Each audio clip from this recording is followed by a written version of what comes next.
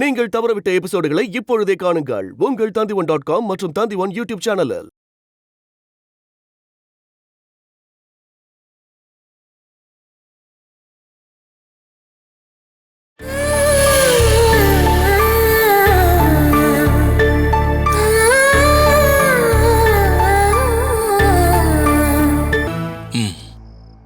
சுடு தண்ணி வேணுமா?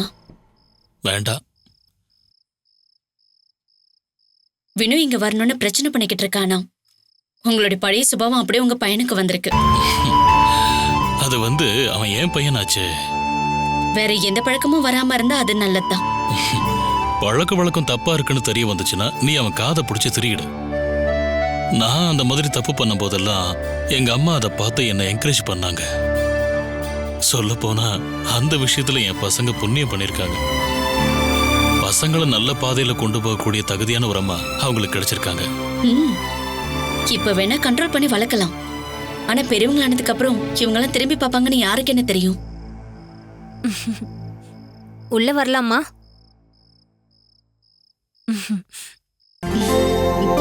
வாங்க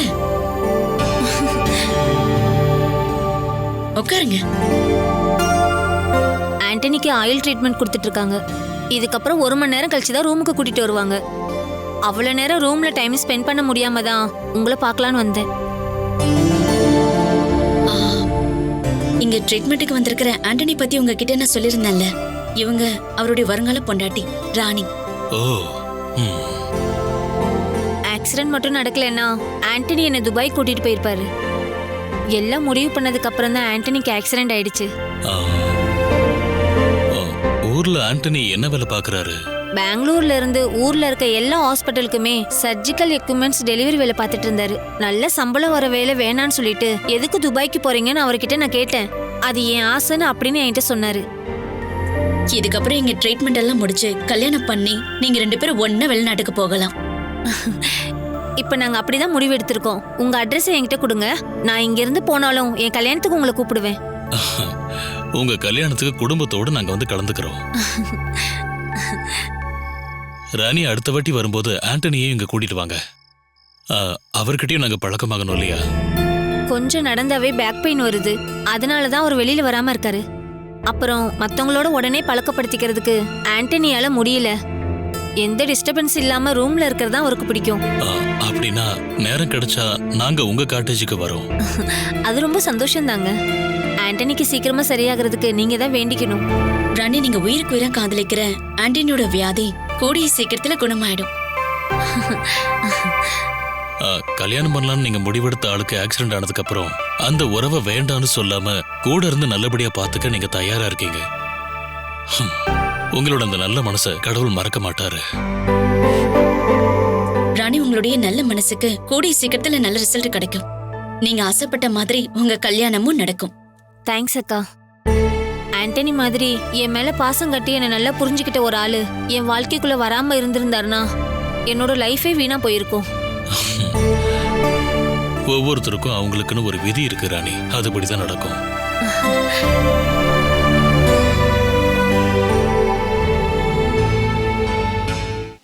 ஐயோ ஐயோ முடியலையே. ஐயோ ஐயோ ஐயோ வலி அதிகமா இருக்க, என்னால முடியலையே.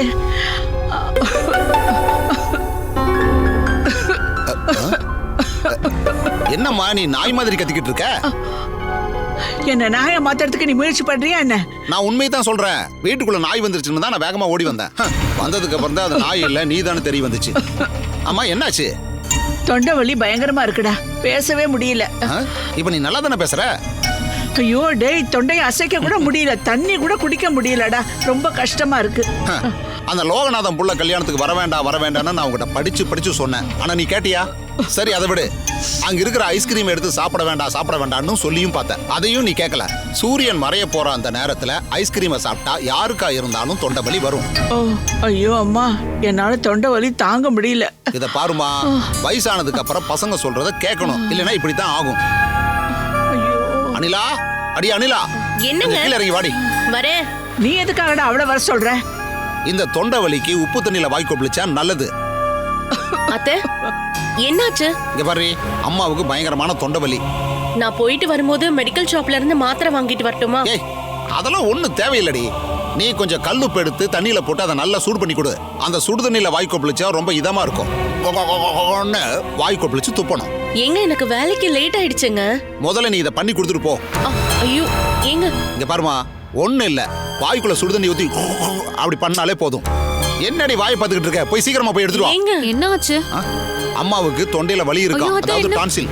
டான்சில் ஐயோ நாக்குள்ள இருந்து தொண்டை வலிக்குதாமா, கொஞ்சம் உப்பு தண்ணி கொண்டு வான்னு சொல்லிட்டு இருக்கேன். ஏங்க நான் கிளம்ப டைம் ஆயிடுச்சுங்க.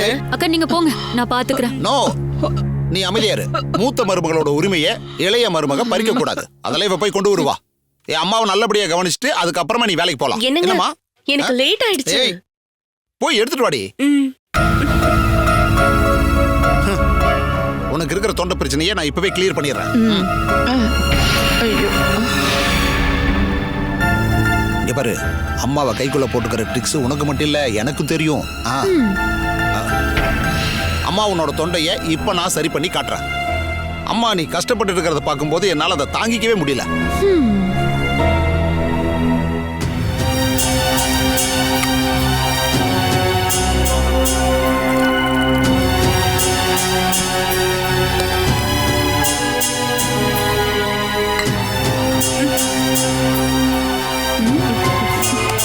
என் வீட்டுக்காரரோட தொல்லை தாங்க முடியல.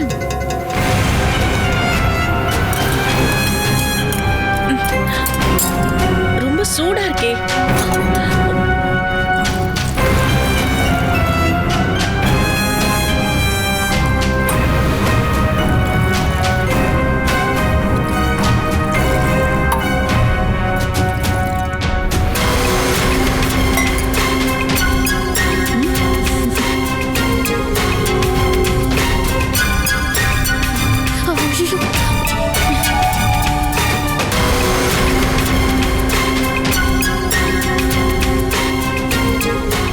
கொஞ்சம் பொறுத்துக்கம்மா, தண்ணி கொண்டு வந்துருவா. அனிலா கொஞ்சம் சீக்கிரமா வாடி. நான் வந்துட்டேங்க. இந்தாங்க உப்பு தண்ணி. இதுக்கப்புறம் இதை கொண்டு வந்து குடுக்கலன்னு நினைச்சு நீங்க வருத்தப்பட வேண்டாம், புரியுதா? சிறப்பு, சூடு சரியா இருக்கு. இந்த சூடு உனக்கு சரியா இருக்கான்னு கொஞ்சம் தொட்டு பாருமா. இது போதும். அம்மா அத்தை என்ன துப்புறோம். துப்பிக்க? ஐயோ இங்க இல்ல, அங்க போய் வா வா வா. இங்க பாருங்க, இதுக்கப்புறம் நீங்களும் உங்க அம்மாவும் என்ன வேணாலும் பண்ணிக்கோங்க. எனக்கு டைம் ஆயிடுச்சு, நான் கிளம்புறேன். நீ முதல்ல கிளம்பி போ. வாமா வா. ஏம்மா, சாதாரண தொண்டை வலிக்கே நீ இப்படி ஆனா என்னமா அர்த்தம்? இன்னும் உனக்கு பெரிய பெரிய வியாதி எல்லாம் வர்றதுக்கு காத்துக்கிட்டு இருக்கு. மெதுவா. நீ இப்படி என்ன தாங்கி பிடிக்க நான் ஒன்னும் நோயாளி கிடையாது. தொண்டை வலிக்குது இல்ல, அதனால உன்னை தாங்கி பிடிக்கிறது நல்லதுதான். உட்காரு. இரு இரு இரு, நீ கொஞ்ச நேரம் அமைதியா இரு. நீ இப்ப வாயை தர, நான் ஊத்துறேன். வாய் தர. ஐயோ ஐயோ ஐயோ, என் தொண்டை போயிடுச்சு. ஐயோ என்னாச்சுமா? ஐயோ ஐயோ, இது இவ்வளவு சூடா இருக்கு. டேய், இது தண்ணி ரொம்ப சூடா இருக்குடா. ஐயோ ஐயோ, என் தொண்டை போச்சு. போடா. ஐயோ அம்மா, ஏம்மா இதுக்கு முன்னாடி நீ தொட்டு பார்த்தப்ப கூட சூடு இல்லாம தானே இருந்துச்சு, இப்ப என்னாச்சு? ஐயோ, என்னால முடியலையே. ஐயோ, என் தொண்டை போச்சு. ஐயோ ஐயோ அம்மா. ஐயோ ஐயோ, தொண்டை போச்சு. ஐயோ ஐயோ என்னாச்சு அத்தை? வாய் திறக்க முடியலையா? அந்த நாசமா போனவன் என்ன கொல்றதுக்காக இப்படி பண்ணிட்டு போயிட்டாமா. அம்மா, உண்மையாவே சூடு கம்மியா தான் இருந்துச்சு. ஐயோ அம்மா, என்ன பழி வாங்கறதுக்காக உன் பொண்டாட்டி தண்ணி இருந்த கிளாஸ மாத்தி வச்சுட்டா போல. என் போன் தான் அடிக்குது. ஏய், உன் பொண்டாட்டி எனக்கு இந்த மாதிரி பண்ணிட்டு போயிட்டாளேடா.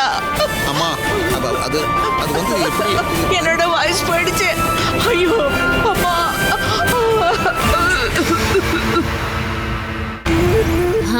என்னால செய்ய முடியற சின்ன சின்ன கஷ்டத்தை தான் கொடுக்க முடியும். வேலைக்கு போன அக்கா திரும்பி வந்ததும் பெரிய சண்டை நடக்கும். சொல்ல போனா வீட்டை விட்டு கூட அனுப்பலாம். சதீஷ் மாமாவும் அக்காவும் வெளியே போயிட்டாங்கன்னா சுமேஷ் எங்க இருந்து வெளியே.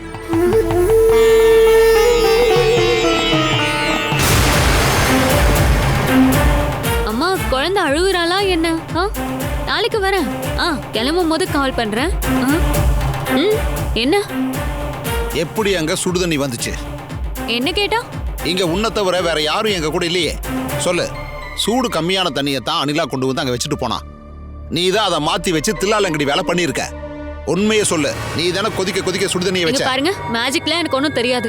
வச்சிருந்த சூடு தண்ணி எப்படி இன்னும் சூடாச்சுன்னு என்ன கேட்டா? கொண்டு வந்தவங்க கிட்ட தானே நீங்க கேட்கணும். அவ ஒன்னும் அந்த மாதிரி வேலையெல்லாம் பண்ண மாட்டா. நீங்களும் தான் இருந்தீங்க. ஆஷா, நீ தேவையில்லாம விளையாடாத. நான் இப்ப என்ன பண்ணிட்டேன் நீங்க இப்படி பேசுறீங்க? வாயில சுடு தண்ணி ஊத்துனது யாரு சொல்லுங்க? அங்க உன்னை தவிர வேற யாரும் கிடையாது. அப்படின்னா நானா தான் இருக்கும். இருக்குமெல்லாம் கிடையாது. கண்டிப்பா நீதான். நீ ஏன் அப்படி பண்ணேங்கிறத நான் தெரிஞ்சுக்க விரும்புறேன். அதெல்லாம் எனக்கு சுத்தமா ஞாபகமே இல்ல. நான் அந்த ரூம்குள்ள போன உடனே அங்க ஏகப்பட்ட உருவங்கள் நினைச்சு மாமா. அவங்க எனக்கு சில ஆர்டர்லாம் போட்டாங்களா, அப்புறம் என்ன ஆச்சுன்னு எனக்கு தெரியல. அதுல ஒரு உருவம் உங்க பின்னாடி இருக்கு. இது இங்க நிக்குது. இல்ல இல்ல, இங்க நிக்குது. ஐயோ, எனக்கு பயமா இருக்கு சதீஷ் மாமா. இங்க பாருங்க, இந்த வீட்ல ஏதோ நடக்க போகுது. ஐயோ, கொஞ்சம் உருவம் நம்மள நோக்கி வருது. ஓடி ஓடி எஸ்கேப் ஆயிடுங்க. ஏய் ஆஷா,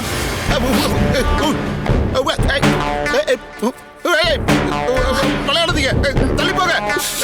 கடுப்பாயிரும் பாத்துங்க.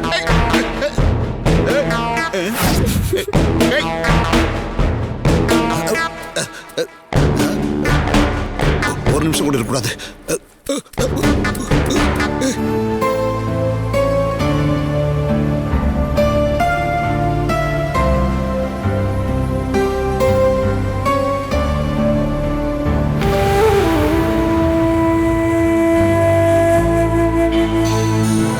என்னோட வீட்டுக்காரு இப்ப கொஞ்சம் கொஞ்சமா நடந்து பழகிட்டு இருக்காரு. உங்களால இவ்வளவு தூரம் டிராவல் பண்ணி வர முடியாதுன்னு எனக்கு நல்லாவே தெரியும். ஆனா 2 பொண்ணுங்களும் அவரோட ஹஸ்பண்டும் இருக்காங்க இல்லையா? அது மட்டும் இல்லாம அவரோட மாமாவாவது இங்க வந்து என்ன ஆச்சு ஏதுன்னு கேட்டுட்டு போலாம் இல்லையா? இப்ப எல்லா பாரத்தையும் நீங்க கேம் மேல சுமத்திட்டீங்கல்ல.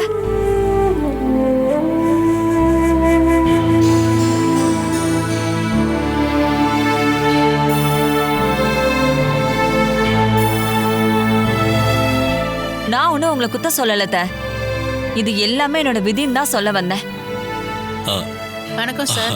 வாக்கிங்க்கு 2 பேரும் கிளம்பிட்டீங்களா? டாக்டர் அப்படிதான் சொல்லிருக்காரு. ட்ரீட்மெண்ட் ரூம்ல ஒருத்தருக்கு டாக்டர் ட்ரீட்மெண்ட் கொடுத்துட்டு இருக்காரு. அதுக்கப்புறமா 7:30க்கு வேணுகோபால் சாருக்கு ட்ரீட்மெண்ட் பண்ணுவாங்க. போயிட்டு வரேன் சார்.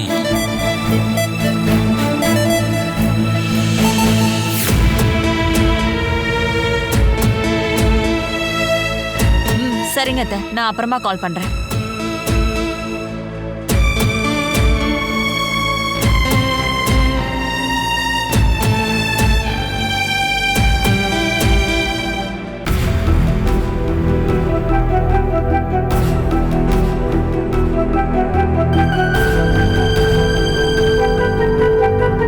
டாக்டர் கிட்ட போய் சொன்னீங்கன்னா அது ட்ரீட்மெண்ட்ல பிரச்சனை ஆயிடும். உங்களால பேச முடியும்னு எனக்கு தெரியும்.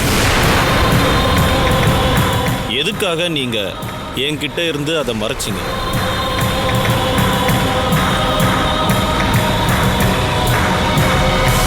உங்களுக்கு அந்த ட்ரீட்மெண்ட் ஆரம்பிக்கும் போதே எனக்கு அந்த சந்தேகம் இருந்தது. பேச முடியாத அளவுக்கு உங்களுக்கு எந்த பிரச்சனையும் இல்லை. அப்புறம் எதுக்கு பயப்படுறீங்க? யாரை ஏமாத்துறதுக்காக இந்த விஷயத்தை மறைச்சு வச்சீங்க?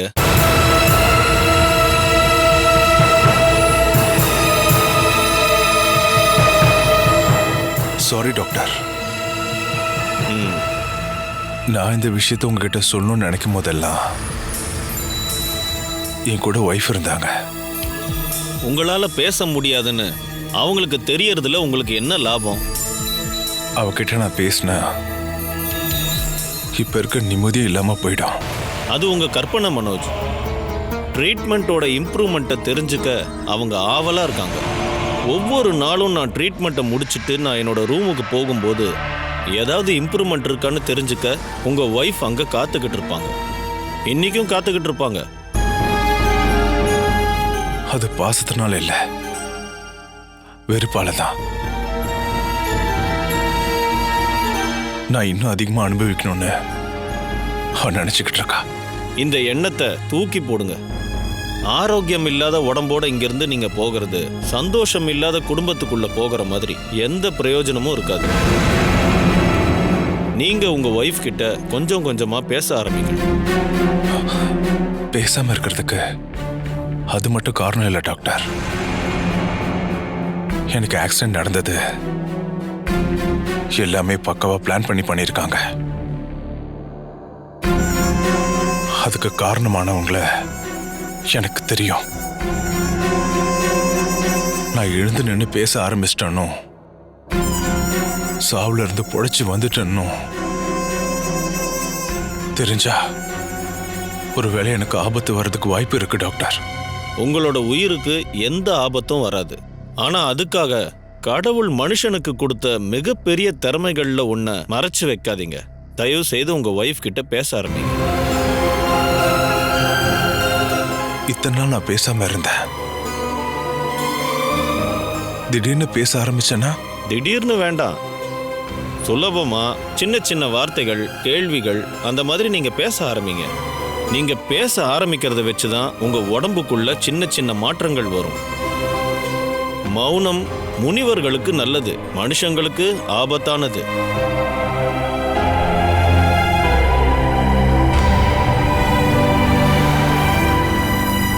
டாக்டர், நீங்க ஏதோ முக்கியமா பேசணும்னு சொன்னீங்களாமே? உங்க ஹஸ்பண்ட் ஜெயில்ல இருக்கிற மாதிரி நீங்க நினைக்கிறீங்களா? நீங்களும் சந்தோஷமா இருக்க முயற்சி பண்ணுங்க. என் வீட்டுக்காரோட விஷயத்துல ஏதாவது மாற்றம் இருக்கா? அதுக்காக தானே இங்க வந்திருக்கீங்க. 1-2 வாரத்திலே ரிசல்ட் வராதுன்னு உங்களுக்கு நல்லா தெரியுமே. என் வீட்டுக்காரு பேச ஆரம்பிச்சிட்டாருன்னா எனக்கு கொஞ்சம் நிம்மதியா இருக்கும். ட்ரீட்மெண்ட்ல ஒரு சில புது முயற்சிகளை பண்ணிருக்கேன். மனோஜும் கூடிய சீக்கிரம் பேச ஆரம்பிச்சிருவாரு.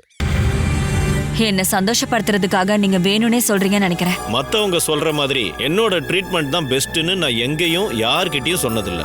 வெற்றிக்கு முன்னாடி தோல்வியை தான் நான் அதிகமா ஃபேஸ் பண்ணிருக்கேன். ஆனா மனோஜ் விஷயத்துல அப்படி நடக்காது. மனோஜ் கூடிய சீக்கிரமே குணமாயிடுவாரு. அவரை நீங்க பாசமா பாத்துக்கிறது தான் மிகப்பெரிய ட்ரீட்மெண்ட். அதை பண்ணீங்கன்னாலே சீக்கிரமா குணமாயிடுவார். இனி மனோஜை பேச வைக்க வேண்டிய பொறுப்பு உங்களோடது ஜெயா. நான் அவருக்கான ட்ரீட்மெண்ட்டை கொடுத்துட்டேன். Thanks doctor. மனோஜை டென்ஷன் படுத்துற மாதிரி எந்த ஒரு செயலும் உங்க சைட்ல இருந்து வரக்கூடாது. அவர் மனசு உடைஞ்சு போயிட்டாருன்னா அவர் நடக்க வைக்கிறது ரொம்ப கஷ்டம். கடைசி வரைக்கும் படுத்த படுக்கை ஆயிடுவார். அப்படி நடக்க கூடாதுன்னு நினைச்சீங்கன்னா நான் சொல்றபடி கேட்டு நீங்க அவரை புரிஞ்சு நடந்துக்கணும்.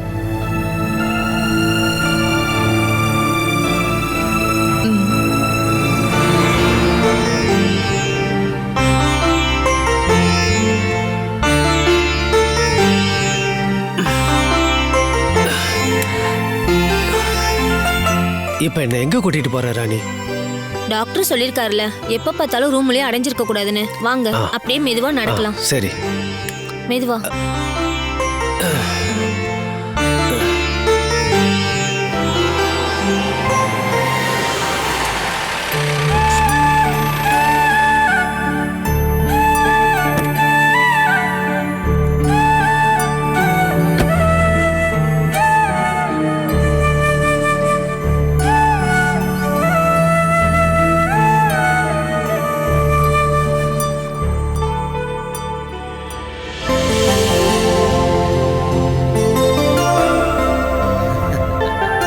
ஆசீர்வாதம் பண்ணுங்க ஃபாதர். நீங்க எப்போதுமே சந்தோஷமா இருக்கணும் டாக்டர். ஆமா டாக்டர், ஆயுர்வேதிக் ட்ரீட்மெண்ட் பண்ணி நீங்க யூத் ஆயிட்டீங்களா? அது உடலும் மனசும் ஆரோக்கியமா இருக்கிறது தான் காரணம். நீங்க வரேன்னு ஒரு வார்த்தை சொல்லியிருந்தா நான் பிக்கப்புக்கு கார் அனுப்பியிருப்பேன்ல. இவ்வளவு செலவு பண்ணி நீங்க ஏன் வரீங்க ஃபாதர்? எந்த காரா இருந்தாலும் செலவு ஆகுறது ஆகதான் செய்யும். இருந்தாலும் தார் ரோடா இருக்கிறது ரொம்ப நல்லதா போச்சு. ஃபாதருக்கு இன்னொரு கஷ்டமும் இருக்கு. நீங்க வரேன்னு சொல்லியிருந்தா சிக்கனோ இல்ல மட்டனோ பார்சல் வாங்கி வச்சிருப்பேன். இப்போ இங்க வெறும் கஞ்சி மட்டும்தான் இருக்கு. அதை சாப்பிட தானே நான் இங்க வந்திருக்கேன். உங்க கூட சேர்ந்ததுக்கு அப்புறம் நான் ஃபுல் வெஜிடேரியனா மாறிட்டேன். இந்த அசைவ சாப்பாட்டை நிறுத்தினதுக்கு அப்புறம் அனிமல் எஃபெக்ட், குறிப்பா இந்த கோவம், அது ரொம்பவே குறைஞ்சிருச்சு. வயிற்றுக்கு எந்த பிரச்சனையும் இல்ல. வயிறும் பல்லும் ஆரோக்கியமா இருந்தா எந்த விதமான நோயும் நமக்கு வரவே வராது. புது கண்டுபிடிப்புகளை கண்டுபிடிக்கிறதுக்கு இப்ப நேரம்லாம் இருக்கா? அப்படி இருந்தா மாசத்துக்கு ஒரு நாள் ஆகுது. ஏதாவது ஒரு சேனல்ல நான் உங்களை பார்த்திருப்பேன். இங்க நான் ரொம்ப பிஸியா இருக்கேன் ஃபாதர். இதுக்கப்புறம் சேனலுக்கு போய் பேட்டி கொடுத்து அந்த பப்ளிசிட்டி எனக்கு தேவையில்லை. அது மட்டும் இல்லாம நீங்களே நல்ல பரிசு கொடுத்துருக்கீங்க. அத பரிசுன்னு சொல்லக்கூடாது டாக்டர். எல்லா எதிர்பார்ப்பும் நஷ்டப்பட்டவங்களுக்கு அவங்களுக்கு தன்னம்பிக்கை கொடுத்து அவங்க வாழ்க்கைக்குள்ள திரும்ப கொண்டு வரதுக்கு டாக்டர் ஆனந்த் வர்மாங்கிற ஒரு நல்ல டாக்டரால அது முடியுங்கிற நம்பிக்கை எனக்குள்ள இருக்கு. அதனாலதான் அந்த மாதிரி ஆளுங்களை நான் இந்த இடத்துக்கு அனுப்பி வைக்கிறேன். அந்த நம்பிக்கைய நீங்க இதுவரைக்கும் பொய்யாக்குனதே கிடையாது. ஒரு தப்பு நடந்ததுன்னா கூட்டத்தோட இங்க வந்து பிரச்சனை பண்றவங்க நிறைய பேர் இருக்காங்கன்னு தெரிஞ்சுதான் ரொம்ப கவனமா ட்ரீட்மெண்ட் பண்றேன். நம்மால இப்ப எப்படி இருக்கிறாரு? அதான் போன்ல உங்களுக்கு அப்டேட் பண்றேனே. அவர் எப்படி இருக்கிறாருன்னு போன்ல மட்டும் கேட்டுக்கிட்டா போதாது இல்லையா? அதனால அவரை நேர்ல பார்த்தாதான் எனக்கு கொஞ்சம் திருப்தியா இருக்கும்.